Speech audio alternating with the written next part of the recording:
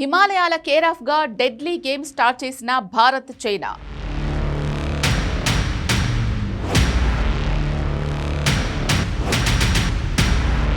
యుద్ధ వ్యూహాలకు వేదిక అవుతున్న హిమాలయ పర్వతాలు.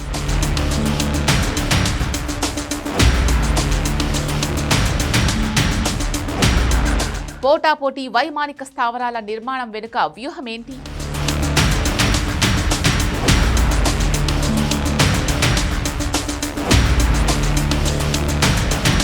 వాల్ స్ట్రీట్ జర్నల్ బయటపెట్టిన నిజమిదే. భారత సరిహద్దు ప్రాంతంలో చైనా 3 డ్యూయల్ యూజ్ అంటే సైనిక, సివిల్, ఎయిర్ ఫీల్డ్లను నిర్మిస్తోంది. ఓవరాల్ గా 16 ఎయిర్ ఫీల్డ్లు, హెలిపోర్ట్లను నిర్మిస్తున్నట్లు వాల్ స్ట్రీట్ జర్నల్ నివేదిక తేల్చింది.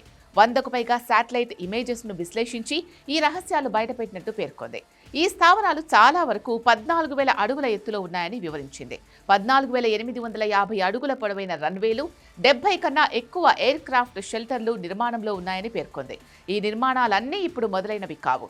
గల్వాన్ ఘర్షణ తర్వాత ప్రారంభించినట్లు నివేదిక తేల్చింది. ఈ నిర్మాణాలన్నీ చైనా ప్రభుత్వ ఆధీనంలోని చైనా ఎయిర్పోర్ట్ కన్స్ట్రక్షన్ గ్రూప్ ద్వారా జరుగుతున్నవే. వీటిని సివిలియన్ల కోసం నిర్మిస్తున్నట్లు చైనా చెప్తోంది. సివిలియన్లతో పాటు సైనికులకు కూడా ఉపయోగపడేలా నిర్మిస్తున్నామంటోంది.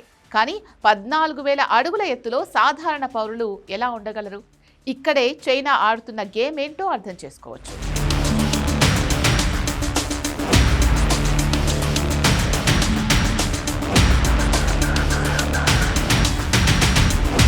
చైనా చాలా వ్యూహాత్మకంగానే హిమాలయాల్లో ఎయిర్ ఫీల్డ్ల నిర్మాణం చేపట్టింది. 14,000 అడుగుల ఎత్తులో నిర్మిస్తున్న ఎయిర్ ఫీల్డ్లు చైనా ఎయిర్ ఫోర్స్కు హిమాలయాల్లో ఆధిపత్యం దక్కేలా చేస్తాయి.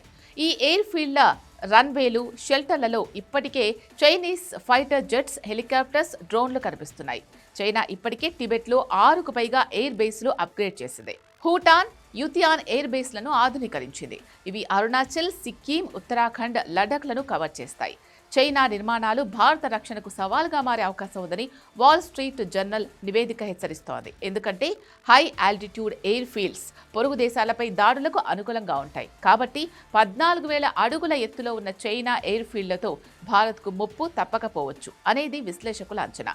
అయితే హిమాలయాల్లో చైనా నుంచి ఎదురయ్యే ముప్పును భారత్ ఎప్పుడో పసిగట్టింది. ఇంచుమించు చైనా నిర్మించిన ఎత్తులోనే భారత్ కూడా భారీ వైమానిక స్థావరం ఏర్పాటు చేసింది కూడా. అదే న్యోమా ఎయిర్ ఫీల్డ్. న్యోమా వైమానిక స్థావరం భారత్ చైనా సరిహద్దుల నుంచి కేవలం 25 నుంచి 35 కిలోమీటర్ల దూరంలోనే ఉంది.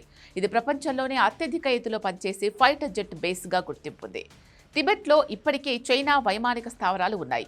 వాటిలో 12,408 అడుగుల ఎత్తులో ఉండే షిగాట్సే, 14,108 అడుగుల ఎత్తులో ఉండే టింగ్రీ, 13,940 అడుగుల ఎత్తులో ఉన్న బురాంగ్ స్థావరాలకు చెక్ పెట్టడానికి న్యోమాను నిర్మించారు. ఇప్పుడు చైనా నిర్మిస్తున్న కొత్త ఎయిర్ బేస్లకు కూడా న్యోమా చెక్ పెట్టగలదని రక్షణ నిపుణులు చెప్తున్నారు. లేహ్ లేదా శ్రీనగర్ వంటి బేస్లతో పోలిస్తే న్యోమా నుంచి సుఖోయ్ 30 MKI, MiG-29 యుద్ధ విమానాలు త్వరగా సరిహద్దులకు రీచ్ అయి చైనాను తరిమి కొట్టగలవని చెప్తున్నారు. వివరంగా చెప్పాలంటే చైనాతో యుద్ధం అంటూ వస్తే వేగంగా స్పందించే అవకాశం న్యోమా ఎయిర్ బేస్తో ఉంటుందన్నమాట. అదొక్కటే కాదు, ప్యాంగాంగ్స్తో, డెప్సాంగ్, చుషుల్ వంటి సున్నితమైన ప్రాంతాలకు సైనికులు, ఆయుధాల సరఫరా కూడా వేగంగా జరుగుతుంది.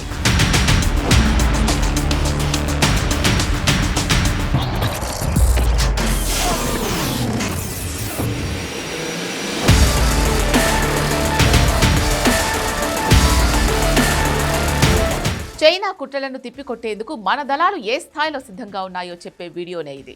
గత ఏడాది జనవరిలో అత్యంత కఠినమైన కార్గిల్ ఎయిర్ స్ట్రిప్పై, అందులోనూ కఠిన చీకటిలో ఏకంగా C-130J సూపర్ హెర్క్యులస్ విమానాన్ని విజయవంతంగా ల్యాండ్ చేసింది ఇండియన్ ఎయిర్ ఫోర్స్. ల్యాండింగ్ టైంలో గరుడ్ కమాండోలతో టెరైన్ మాస్కింగ్ కూడా నిర్వహించారు. శత్రు రాడార్లకు దొరకకుండా యుద్ధ విమానాలను ల్యాండింగ్ చేయడమే టెరైన్ మాస్కింగ్. హిమాలయాల వంటి కఠినమైన ప్రాంతంలో C-130J వంటి భారీ సైనిక విమానాన్ని ల్యాండ్ చేయాలంటే శత్రువు రాడార్ దృష్టిని దాటుకునే చేయాలి. ఈ విషయంలో ఇండియన్ ఎయిర్ ఫోర్స్ గత ఏడాది జనవరిలోనే విజయం సాధించింది.